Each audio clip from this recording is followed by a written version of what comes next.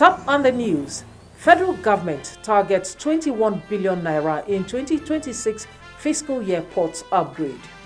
House of Representatives resume investigation into power sector from 2007 to 2024. Plus, Katsina State House of Assembly expresses concern over street hooliganism.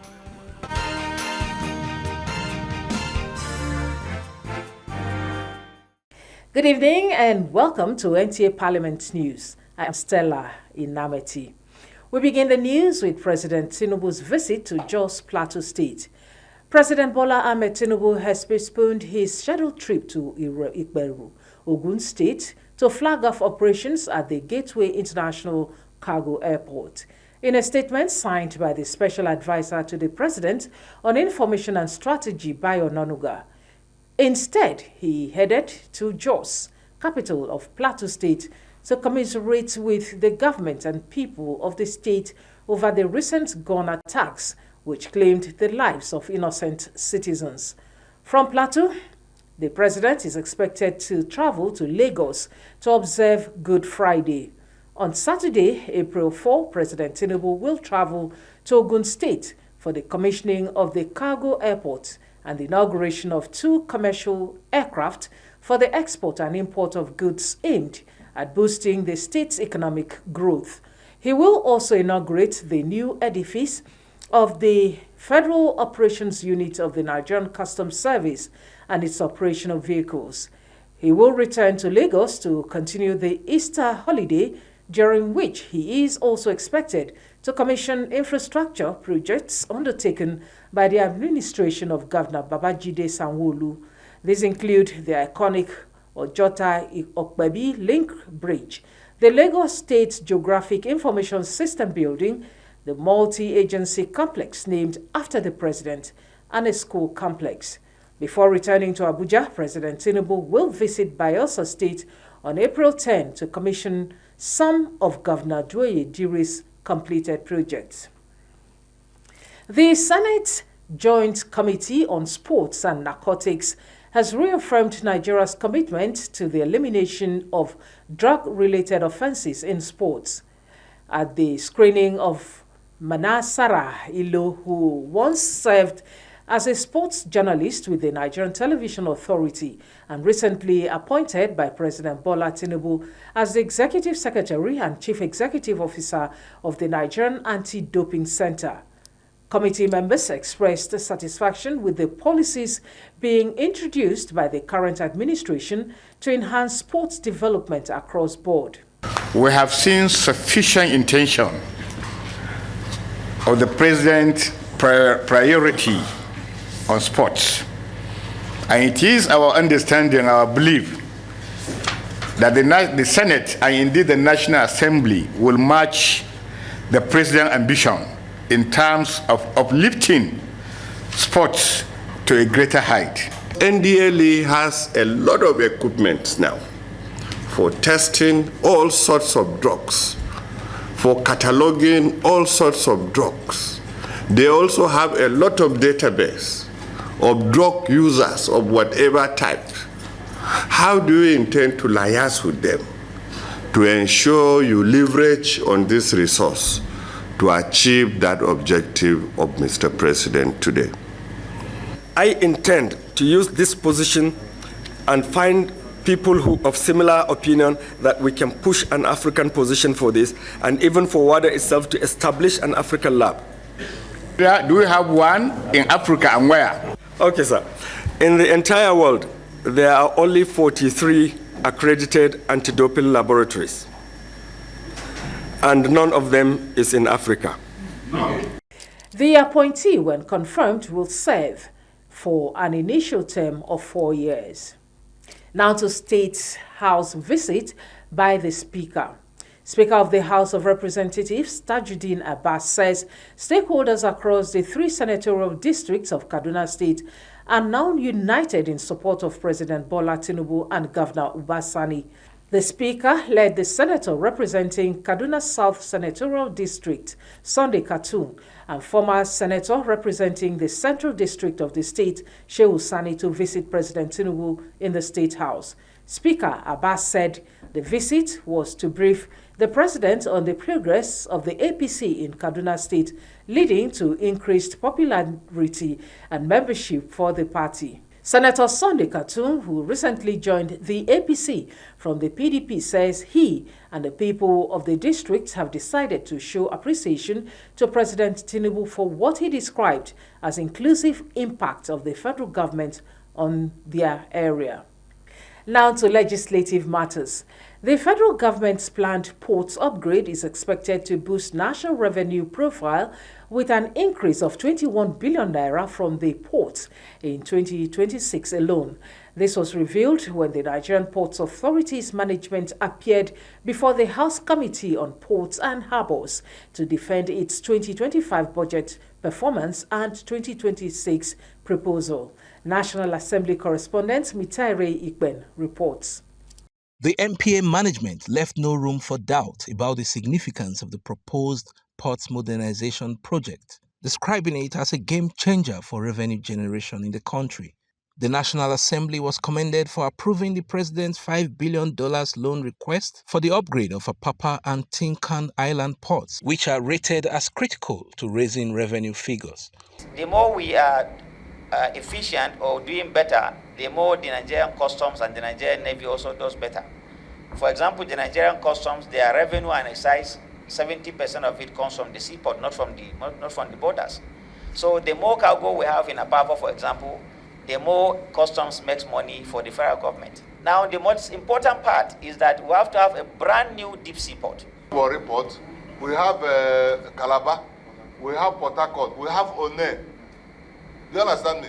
So, I mean, one of those ports should also be supposed to be part of the rehabilitation going on. At another budget defense session, the Maritime Academy of Nigeria took its turn before the House Committee on Maritime Safety, Education and Administration.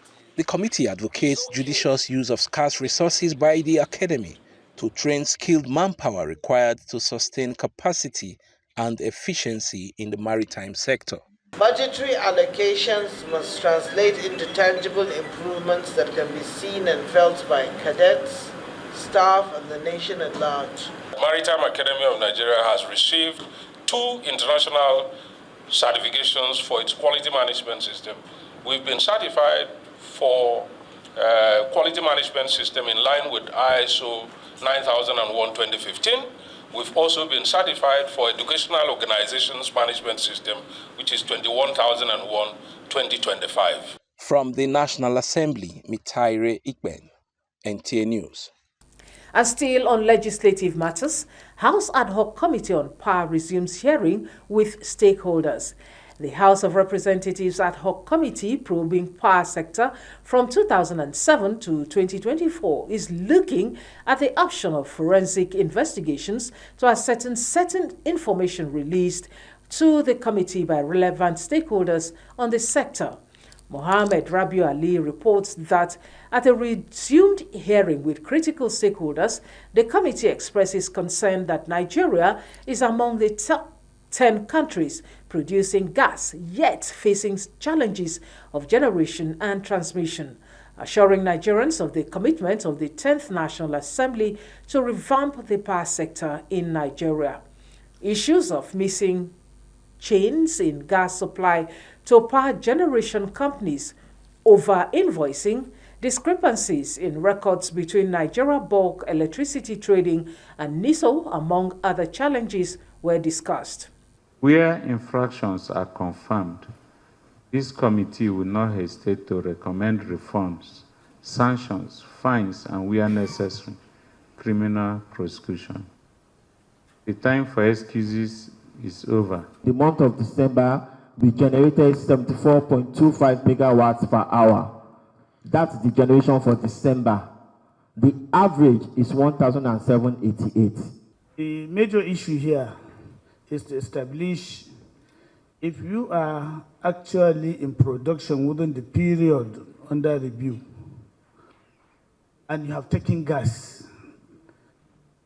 of so quantity, or you are not in production to that quantity of megawatt and you are also taking gas. The daily contract quantity under that GSA is 131 million standard cubic feet. Each gas turbine, when they are working, they need at least 27 million standard cubic feet. In fact, as I speak today, we have 4 mechanically available turbines that are ready to take gas. And in that same October, there's an invoice for gas. Of course, yes.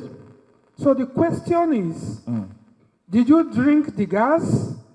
Where is the gas?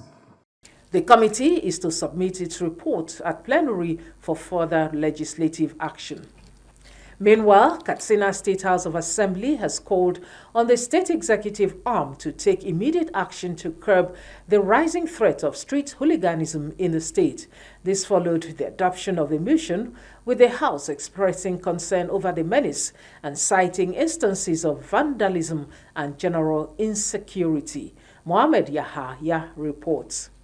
This urgent appeal from the House of Assembly follows growing complaints from residents and community leaders about the brazen activities of hoodlums who are said to be terrorizing neighborhoods and disrupting economic activities. Sponsor of the motion, member representing Katsina Local Government Area, Aliu Abubakar Albaba, is pushing for a comprehensive approach to address the root causes of the problem and restore peace. He cited instances of violence and destruction of property, emphasizing the need for coordinated response to arrest the situation. The matter was transferred to the House of Assembly Committee on Security to investigate the issue and recommend appropriate measures to address the menace. Meanwhile, the chairman of House Committee on Local Government and Emirate Affairs, Ibrahim Danjuma Machika, presented to the House the 2026 budget estimates for the 34 local government areas of the state. This was part of the committee's report after budget defense exercise in line with the International Public Sector Accounting Standards. The committee also commended the state governor for granting autonomy to the local governments, noting that this will enable them to effectively carry out development projects within their respective areas. From the State House of Assembly, Muhammad Yahya, NTA News. We'll take a break now. We'll bring you more reports when we return.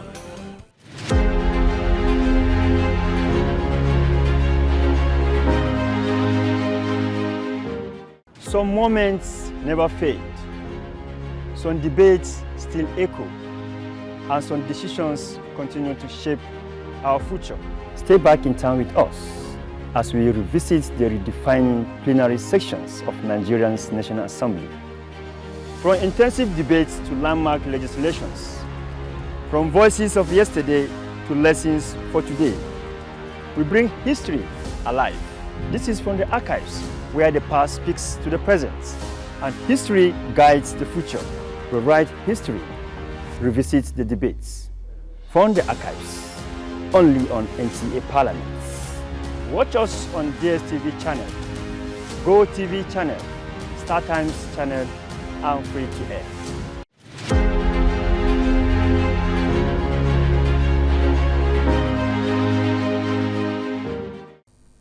Welcome back and thanks for staying with us. If you're just joining us, this is NTA Parliamentary News coming to you from the capital city, Abuja. Now to security matters. The Inspector General of Police, Olatunji Disu, condemns the recent attack in Angwan, Rukuba, Jos North local government area of Plateau State, which claimed innocent lives and orders massive deployment of security assets to restore calm and apprehend those responsible. In a statement, the IGP commiserates with the government and people of Plateau State, especially affected families and residents of the community. To address the situation, the IGP deployed the Deputy Inspector General of Police in charge of operations, DIG Omar Shehu Nadada, to assess and coordinate security efforts. Additional tactical teams, police mobile force units, and intelligence operatives have also been deployed in collaboration with other security agencies to strengthen operations and prevent further breakdown of law and order. He assures that operations will continue until normalcy is fully restored and has directed commanders to ensure visible policing and community engagement. Well-motivated workforce is an asset to any nation that desires to attain greatness in socio-economic advancement. It is in line with this that President Bola Tinubu is showing commitment to improving the welfare of public media workers nationwide, as confirmed by the Minister of Information and National Orientation, Mohammed Idris. Salihu Abdullah Igwanara reports that this was at the World Press Conference to celebrate FRCN at 75. Dr. Fabian Benjamin says a total of 220. Behind the microphone delivering the 4 p.m. network news on FRCN is Professor Babagana Kingibe, former elected Vice President of Nigeria and a veteran broadcaster. At 80, his voice remains loud and clear on this platform that is rolling out the drums to celebrate its 75th years of existence. Congratulations. In the FRCN, technology alone is not our strength. Our strength lies in our values of integrity, credibility, and public trust. In an age of misinformation, as the minister would want to say, disinformation and malinformation, we must remain a beacon of truth. Deploying advanced technology among public broadcast agencies as a key component of the renewed hope agenda of the ministry and its agencies under the supervision of the minister, Mohammed Idris, is steady and impactful. Across the information sector, we are driving an agenda of openness, where citizen engagement really very essential. A strong media and an engaged citizenry are the twin pillars of any thriving democracy. The Ministry of Information and National Orientation has championed policies that demand media institutions be both responsive to the people and responsible in their conduct. FRCN, our premier public broadcaster, must lead by example in amplifying the voices of ordinary Nigerians, holding power accountable with fairness, and using its unparalleled reach to foster informed, constructive national conversation. I congratulate the Honorable Minister for being in charge at this very, very important milestone. And I cannot think, I know all the ministers who have been in the information department for this moment and for this time. We can't hope for a better minister than the one we have. He makes us understand what government is doing, where government is headed. And we are very, very happy to always listen to him.